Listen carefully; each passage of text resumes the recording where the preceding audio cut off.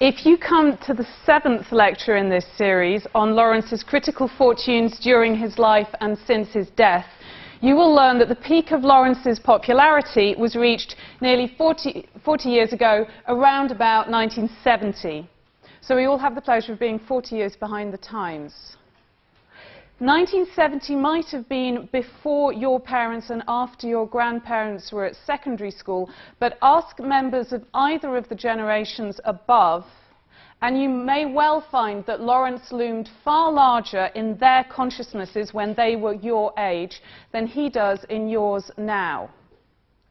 It can be a lonely experience choosing to specialise in Lawrence at university now, as opposed to, say, his contemporaries T.S. Eliot, Virginia Woolf or James Joyce. But speak to a grandparent, and especially, it has to be said, a grandfather, and especially a working-class bearded grandfather. And he will probably be able to tell you much about how Lawrence was taught in his own time. So if, in the year in which this lecture hall was opened, 1964, a lecturer had asked the students how much Lawrence they had already read, most would have read a great deal indeed. It's unusual to have a series of 9 lectures, that's 7 and 2 classes, on Lawrence, which is in fact a sign of the times, which is a modest critical upswing, which I'm doing everything I can to be part of. To give you an overview of these lectures, which is also on your handouts, this lecture is on Lawrence's relationship to consciousness and to the recently, in his time, theorized unconscious. What did Lawrence make of Freud, of the mind-body problem? How do we deal with the fact that he seems to contradict himself in explicitly advocating and theorizing and making conscious unconscious being? This, I should say, is the shortest but also the densest of the lectures. Next week will concern Lawrence's mistakenly, supposedly absent, in other words, it isn't absent, sense of humour, wit, drollery, jocularity, facetiousness, amusement and fun. The 3rd lecture will be on Lawrence's relationship to Christianity, to God and to Christ, whom he in many ways resembles. He was aware of this, and so were his disciples. But insofar as Lawrence consciously measured himself up against Christ, it was as a rival, a critic, a lifestyle coach, and an assailant. He railed at him as he railed at his very best friends. He certainly never left Christianity behind, even though he came to reject some of its ethics, most of its dogma. Nor was he ever, I would say, an atheist. The 4th lecture will look at Lawrence's relation to other countries, and in particular the 2 which meant a lot to him, Germany and Italy, but it will follow him in his travels to Ceylon, Australia, the USA, Mexico, Switzerland and France, where he died. It will consider his views on ethnicity and race. The 5th lecture, in a slight change to what was on the printed lecture list, will look in more detail at one of the areas discussed in the 4th lecture, which is the Alps. Alpine scenery became part of Lawrence's psychic landscape, as anyone who has read Women in Love knows. And anyone who has ever been in high mountains may be able to appreciate the fact that he writes about it better than any other prose writer of the 20th century with whom I'm familiar. The 6th lecture concerns Lawrence's relationship to the non-human world, birds, beasts and children. I think that he wrote about children as well as nature with more acuity than anyone I can think of. The 7th lecture, as I mentioned, deals with Lawrence's popularity and critical reputation over time and introduces to you the major names in Lawrence criticism. I'll particularly be discussing the trial of Penguin Books for publishing an unexpurgated edition of Lady Chatterley's Lover in 1960 and what followed from the fact that Penguin, rather than the Crown, won. I'll also consider the relative popularity of his different genres of work over time. Lawrence stands out amongst writers of any time or place for the number of genres he wrote in. Novels, short stories, poems, translations from Italian and Russian into English, letters, literary criticism, social criticism, historiography, psychology, and his travel writings, which are a combination of many of the above. He also painted. Given the amount that he wrote in 44 years of declining health, it's a wonder that he found any time for living. Only if, of course, writing isn't living. Finally, in 8th week, there will be 2 classes in a seminar room to be announced, at times and days to be announced. This will be a chance to ask questions and offer your own opinions, and most people do sooner rather than later find that they have an opinion on Lawrence. The first class will be on fascism. One reason why Lawrence was relatively unpopular during the Second World War was that people like Bertrand Russell said that Lawrence's ideas, quote, led straight to Auschwitz. Like Nietzsche, who had a considerable influence on him, he was accused of proto- or pseudo-fascism, particularly in the last decade of his life, which was the 1920s. He died in 1930, and I am certain that he would have denounced all continental fascist movements and indeed Stalinism had he lived to see their ugliest developments. But I also see that there is something in the charge against Lawrence, as there is also something in the charge against Nietzsche.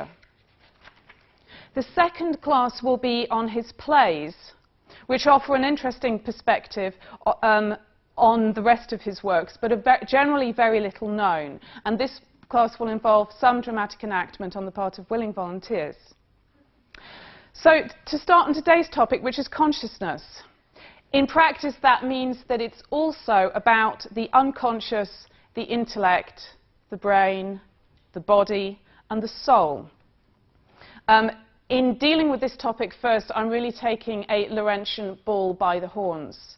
But hopefully it will indicate some ways of reading him and of reading his contradictions. Because if you expect Lawrence not to contradict himself, you will have an extremely frustrating time in trying to write about him.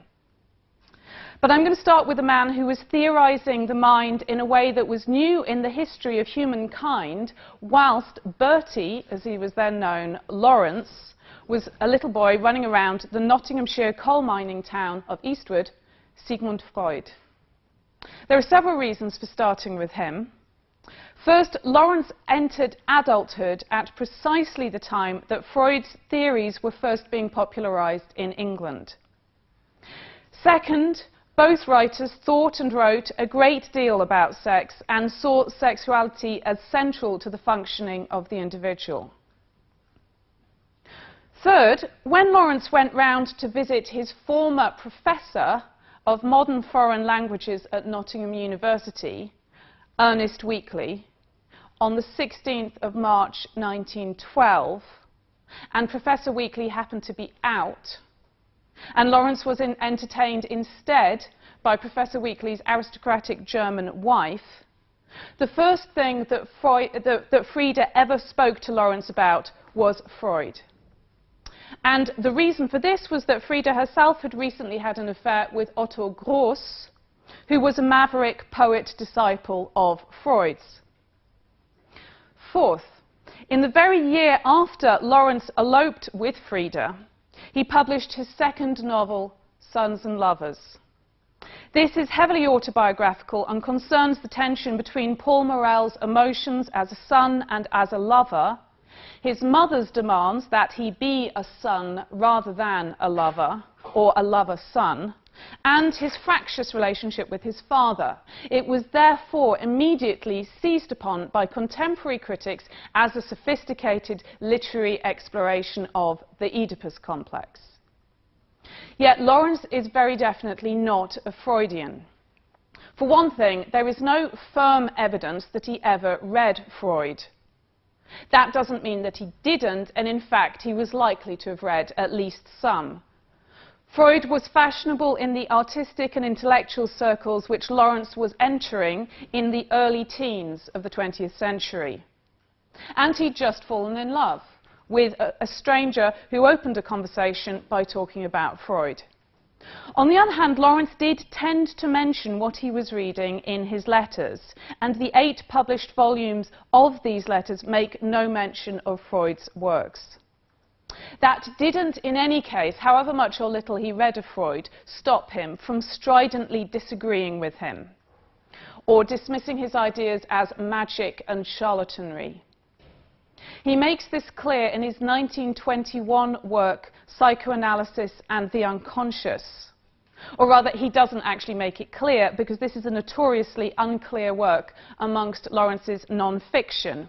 This was pointed out to him, so he wrote another book in the following year containing very much the same ideas and some new ones, which is much clearer and more entertaining. Its playfulness is reflected in the title, Fantasia of the Unconscious. And those 2 works are often found in the same volume, Psychoanalysis and the Unconscious and Fantasia of the Unconscious. And over the course of this lecture, since it concerns consciousness, I'm going to be quoting from both of those. Lawrence's main conceptual arguments with Freud are, as I see it, as follows. First, Freud implied that repression in general is wrong, including, for example, repression of the desire to commit incest. We unconsciously repress desires all the time, and this can lead to psychological disorders, which is why psychotherapy often works by bringing up into consciousness what had been repressed in order to deal with it. In fact, to claim that Freud said that all repression is unhealthy is grossly to misread Freud. But as we've seen, Lawrence didn't necessarily read Freud. And this criticism would certainly have fitted with a popularized version of him. Secondly, Lawrence found Freud too concerned with sex. As he says, we are bound to admit that into all human relationships, particularly adult human relationships, a large element of sex enters. We are thankful that Freud has insisted on this. We are thankful that Freud pulled us somewhat to earth out of all our clouds of superfineness. Half a loaf is better than no bread. But really, there is the other half of the loaf. All is not sex. And a sexual motive is not to be attributed to all human activities. We know it without need to argue. Was the building of the cathedrals a working up towards the act of coition? Don't let us have sex for tea. We've all got too much of it under the table. And really, for my part, I prefer to keep mine there, no matter what the Freudians say about me. Third, Freud thought that men were fundamentally unintegrated. The way in which a Freudian man is put together is forever, to some degree, unreconciled, conflicted. His view of life was more tragic than comic. Lawrence thought or hoped that an individual could be reconciled within himself, if only he lived in the kind of ways that Lawrence was trying to feel his way towards making conscious and then advocating. Much of Lawrence's aim in his fiction and non-fiction is to tell and show us just this. In addition, Lawrence thought that Freud lowered the dignity of mankind. Remember those 3 supposed 19th century hammer blows to the dignity and status of humanity: Darwin, Marx, Freud. Lawrence thought that humans frequently abased themselves, but that humanity itself was not necessarily low or disgusting. His reaction to Freud, in other words, is tinged by indignation and a touch of prudery. We waited as Freud went into the cave of the unconscious. He came out with sex and excrement, which dissolved in the light of day. Fourth, Lawrence charged that Freud's unconscious is a production of the conscious mind. The unconscious is a concept, therefore it's conscious, therefore it enacts a paradox. This is a more interesting point, and we'll see how Lawrence strained to avoid falling into the same contradiction of which he accused Freud in describing an unconscious which cannot be conceived, only experienced. His hostility to Freud on this point may in part have been based on self-recognition. He also objected to Freud's unconscious on the grounds that it was a negation, the projected absence of something, the unconscious, rather than something substantial in its own right. Now, this is unfair to Freud. It was precisely one of the distinguishing characteristics of Freud's unconscious, or Unbewusstsein, originally he called it das Unterbewusstsein, that was signified by the word. Consider the difference between I unconsciously scratched my head and I scratched my head because something in my unconscious prompted me to do so. In the first case, unconscious means an absence of consciousness. In the second, it refers to the contents of the mind which is not habitually accessed by, or indeed accessible to, the consciousness. It was around 1870 that the term unconscious was first used in this more positive way. But Lawrence wanted a still more substantial bodily kind of unconsciousness, and he didn't want a negative term for it, un-something. He came up with another which he preferred. Not that he came up with it, the word had been around for over a millennium. It is soul. This word has a checkered history. It developed as a translation of several different concepts. The Greek pneuma, or breath, as in pneumatic, the Latin genius, the Latin spiritus, or spirit, the Latin anima. The English word soul became associated with the essence of an individual which could survive death, but for a long time it embraced the whole spectrum of consciousness, including the intellect. But in the 19th century, the soul became particularly associated with the unconscious. And this neatly fits with the way in which Lawrence uses the term, which he does abundantly. The term also had the advantages for him of being ancient and religious.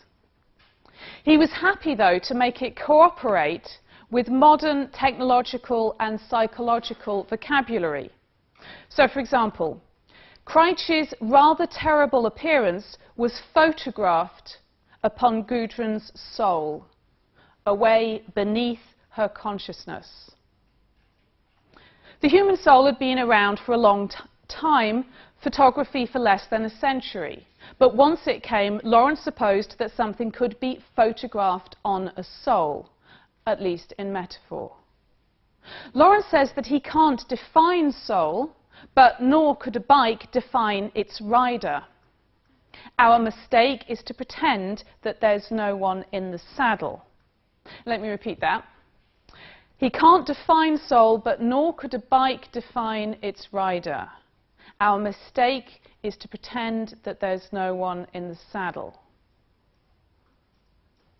In Lawrence's time, the term soul was, in part, the slightly old-fashioned and embarrassing term that it is again today. How many of us, in everyday speech, uses without self-consciousness the term soul? There is some of this defensiveness and embarrassment in Lawrence's use of it in a passage in Women in Love. Those of you who've read this novel will know that it opens with a wedding between someone called Laura and someone called Tibbs. Tibbs is very late for his own wedding for the reason that he has got into a discussion with someone else about the immortality of the soul. When a friend called Marshall hears of this at the reception after the wedding, he scoffs. Sounds as if you were going to be executed instead of married. The immortality of the soul? But he fell quite flat. So Marshall then storms off from the conversation with the comment, "Too much bloody soul and talk altogether," thus neatly anticipating many critics' objections to Women in Love as a whole. Too much bloody soul and talk altogether. Marshall is not an admirable character, and the ridicule of his scepticism near the novel's beginning lends weight to the novel's many subsequent uses of the term soul. But it's also worth noticing that Lawrence wasn't alone in using it. The novel is set in the near present, and several of the arty intellectual set who were gathered around a character called Hermione used the term in their conversation. In fact, it had newly been made fashionable, partly as a result of the craze for Russian literature, in which the equivalent term dusha was, or was perceived to be, a very important concept. At this time of the craze for Russian literature, which roughly coincided with the First World War in England, many people used the term soul with a capital letter, especially when talking about the Russian soul. Now, Lawrence, who ridiculed the Russian craze, whilst in part taking part in it, never did this. But it wasn't just the influence of Russian literature which made the term fashionable. There was, in general, around the First World War, an interest in England in depth psychology. This drew not only on modern psychoanalysis, but on Christian theology, non-Christian theologies. There was a lot of interest in Hinduism, and various kinds of modern mysticism like theosophy. This was also the boom time for spiritualism and seances.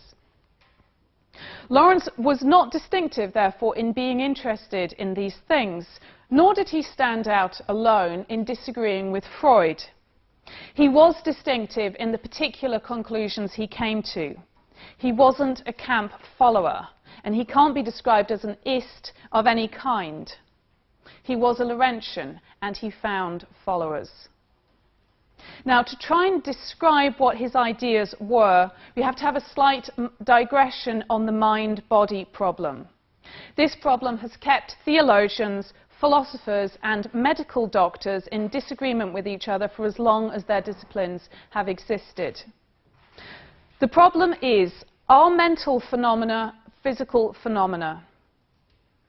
And if not, how do mental phenomena relate to physical phenomena?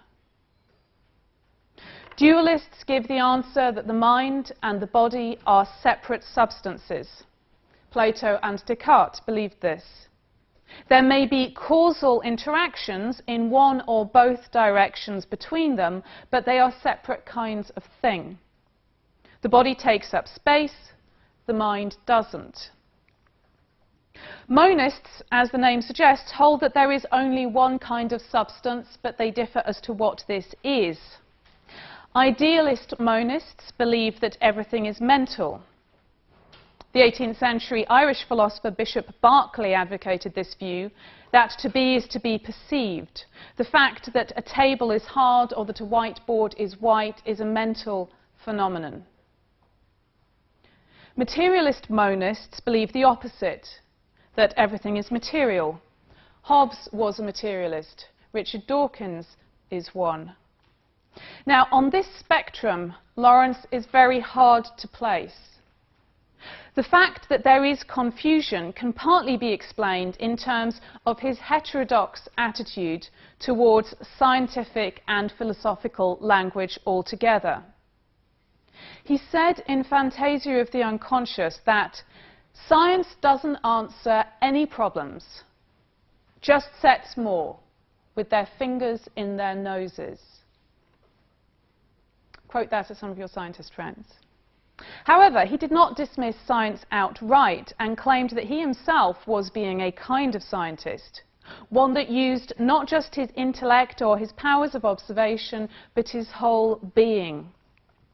He called this subjective science, such as he thought the Egyptians and the Greeks had had when science and religion were in accord. He also says that his science and philosophy come from his literary writing rather than the other way round. Quote, "This pseudo-philosophy of mine," and that is his term, "this pseudo-philosophy of mine is deduced from the novels and poems, not the reverse." Indeed, there is a strong degree of correspondence between Lawrence's non-fiction and his fiction, which is why, if you're interested in Lawrence, it is very well worth reading the non-fiction too. So to return to the question of whether Lawrence was a monist or a dualist or something else, on the one hand, at times, he seems to be a dualist. He wrote in a letter to Ernest Smith in 1909, "You were my first live teacher of philosophy. You showed me the way out of a torturing, crude monism, past pragmatism, into a sort of crude but appeasing pluralism." But at times he talks about three levels of individual existence: the body, the spirit, which is mental, and the soul, which isn't exactly either.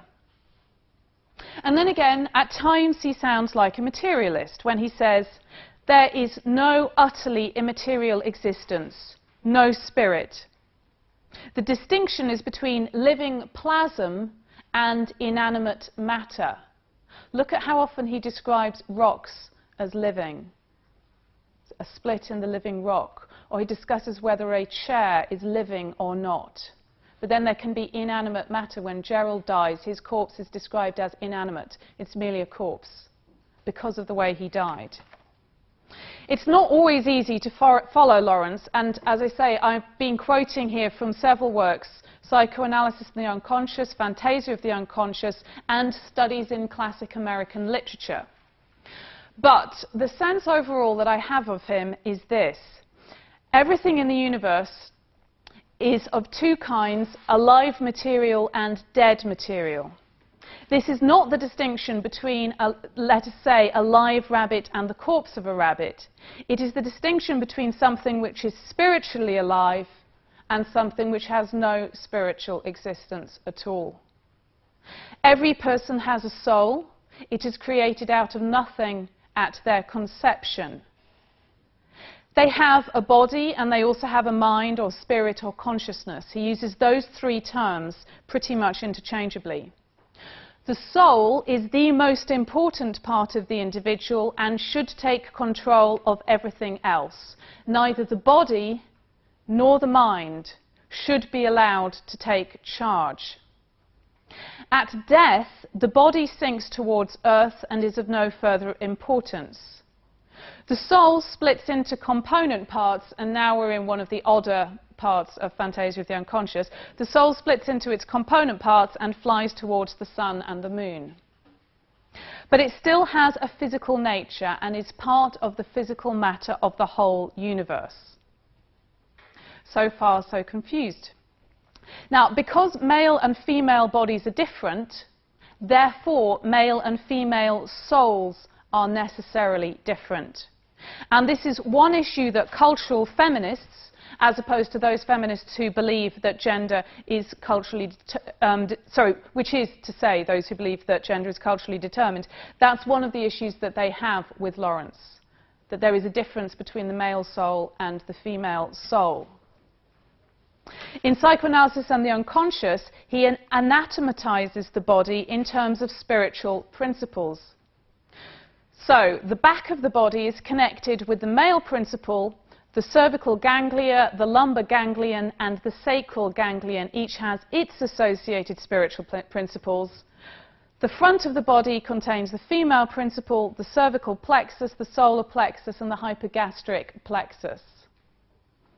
Changes in the body are therefore also soul changes, as for example at puberty.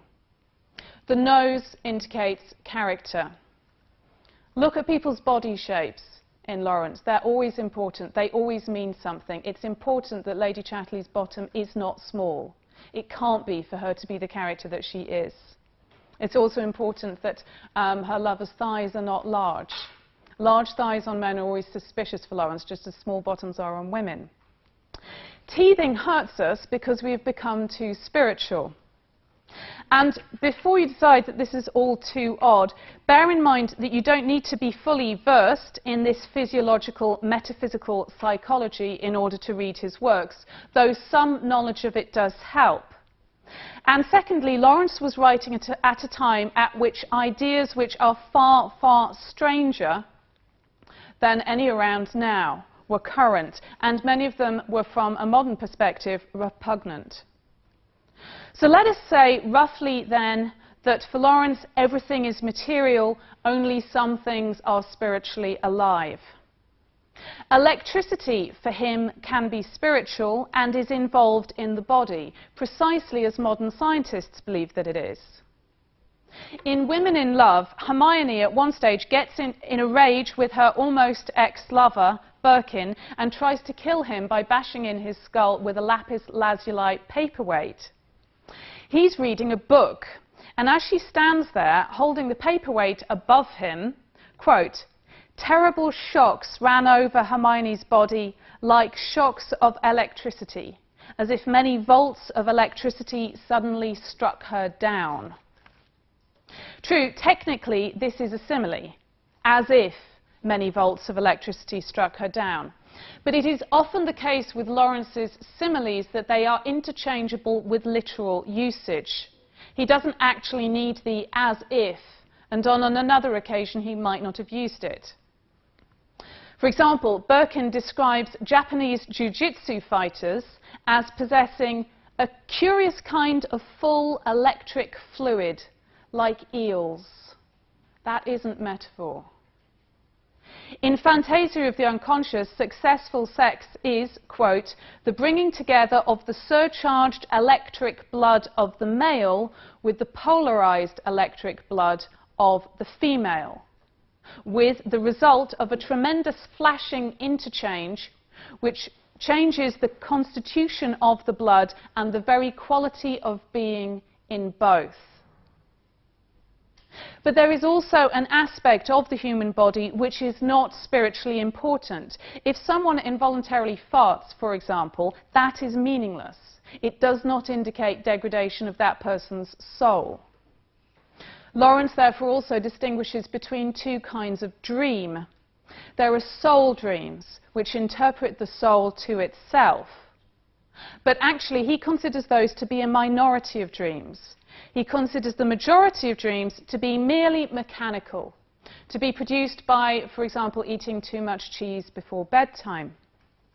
And here again is a point of disagreement with Freud, who considered most dreams, if not quite all, to be of deep psychological significance.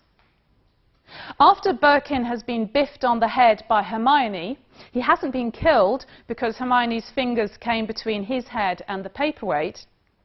He leaves her house and wanders out into the countryside. Once he reaches a copse on a hillside, he takes off all his clothes, lies down in the vegetation, and kind of has sex with it. Now, this event is presented primarily as a movement of the soul, not as a kind of madness having been brought on by virtue of having been biffed on the head. After he has had this ecstasy, which is spiritually important, he takes the train into Nottingham and then he starts feeling really bad. He has concussion, in other words. He has a week or two in bed.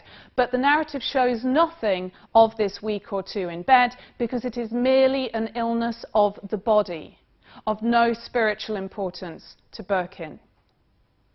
I think that Lawrence considered his own developing tuberculosis, insofar as he allowed himself to think about it at all, in these terms, as spiritually irrelevant, as having no connection to his essential soul. When Birkin visits the woman who will become his next lover, Ursula, and he is looking phosphorescent, he replies to her question, "Don't you feel well?"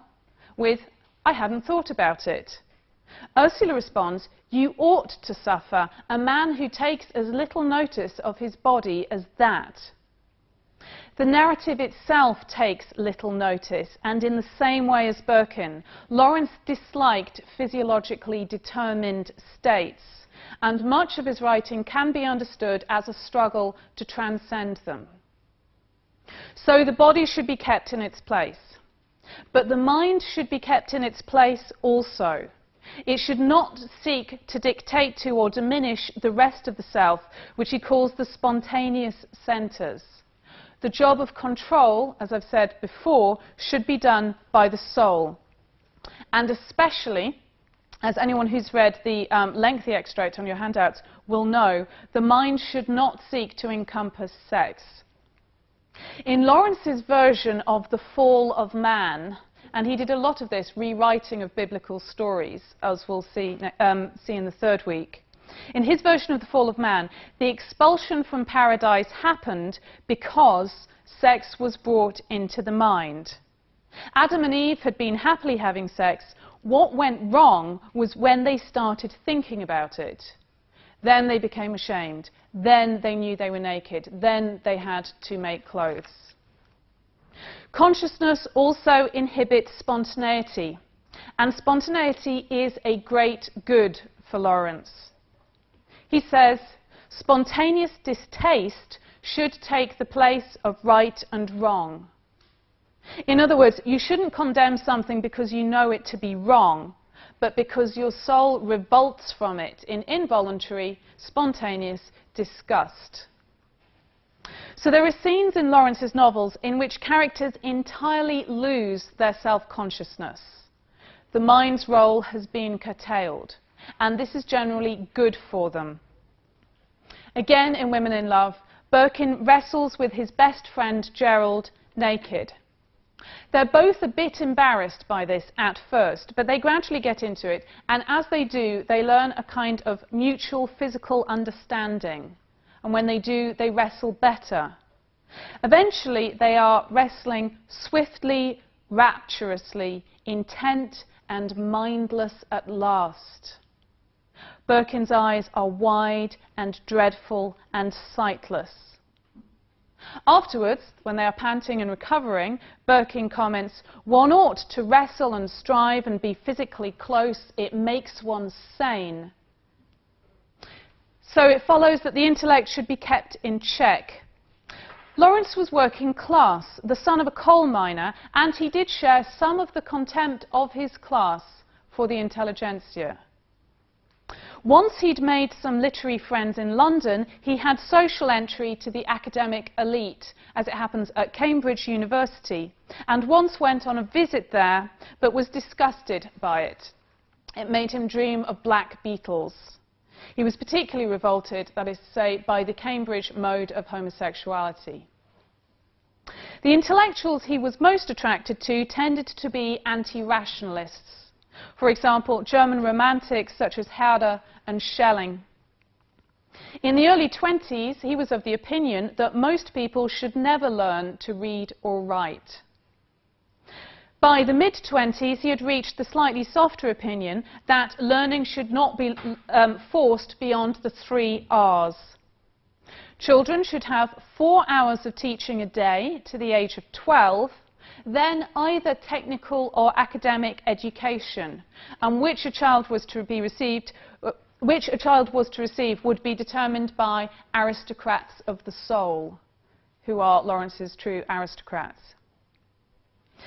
In Women in Love, the half-intellectual conversation at Hermione's house is presented as malevolent.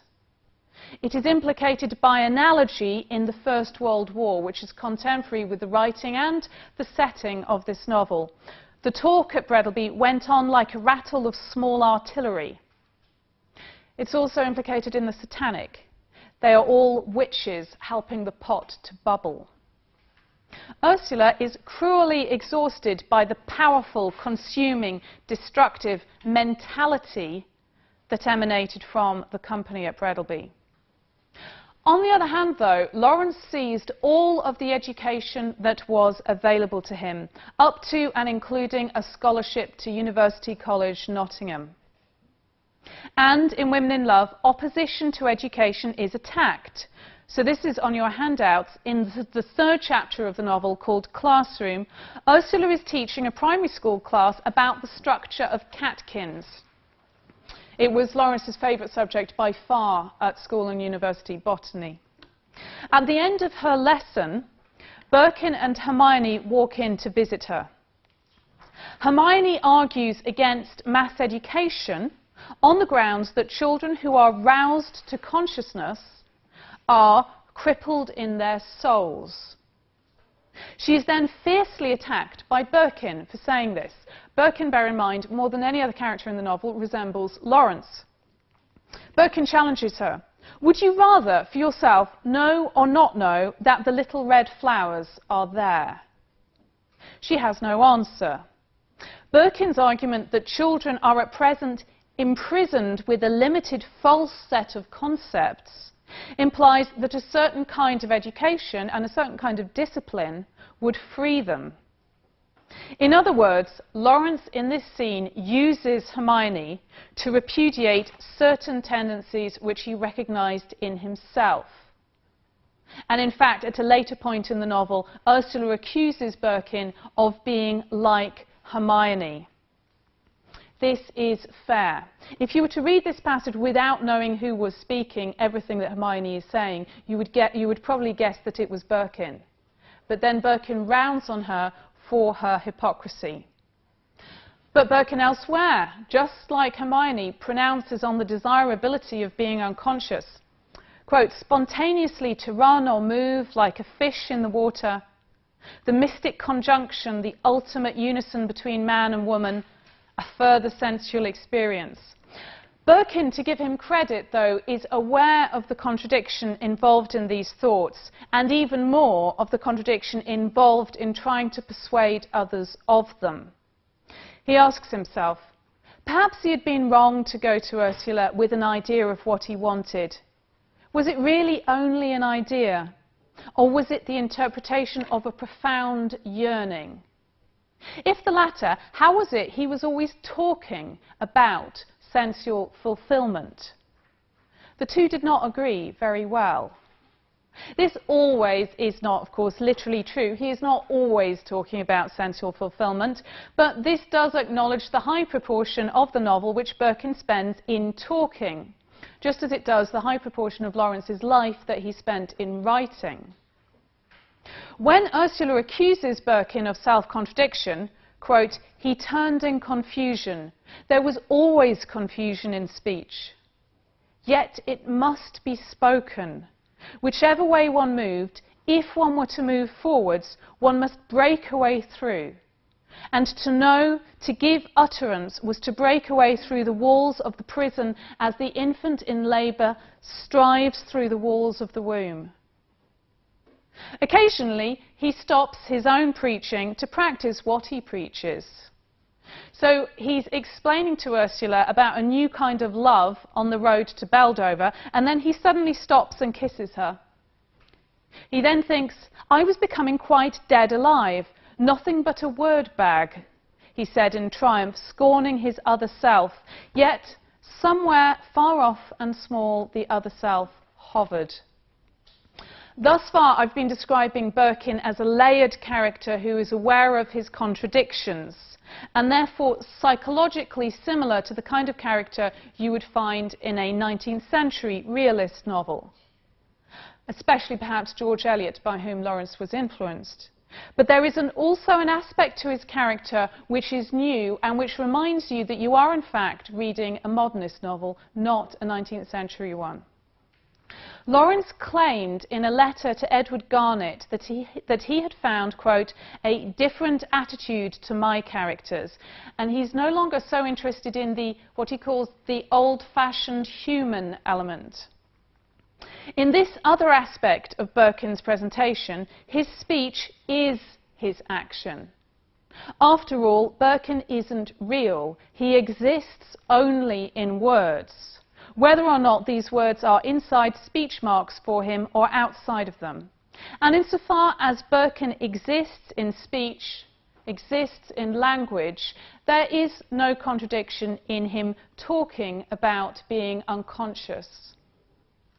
This aspect of Birkin changes his mind repeatedly throughout the novel, often without any apparent psychological motivation. So what we have here is not a Bildungsroman, the story of the spiritual development of the central character, but it's Lawrence's repeated attempts to formulate, through the voice of a character, what it is he believes. Or, to use his own terms, the attempts of his consciousness to interpret his soul. So, to give an example of Birkin's shifts of position across this novel, which, as I say, have no obvious external motivation, he starts by extolling sensuality and nothing else. Then he says that love between a man and a woman is the be-all and the end-all. Then he rejects love and humanity altogether and imagines an apocalypse fondly. Then he demands stellar equilibrium between man and woman. Then he kisses Ursula and agrees that love is enough. Then he rejects love. Then he thinks of sex as polarization. Then he wants blood brotherhood with Gerald. Then he wants a further sensual experience, or he wants snow abstract annihilation, or he wants the creative way of proud individual singleness, or marriage, or being free in a free place with a few other people, to wanting connection with a man again. Ursula complains that Birkin always contradicts himself. But that's because she's interacting with him as a real person whom she finds frustrating, a hypocrite and a bully. We, however, are not having to deal with him as an actual person. He is words on a page, and we can respond to him more as a proposition. That's what I'm suggesting is new in Lawrence's mode of characterization here.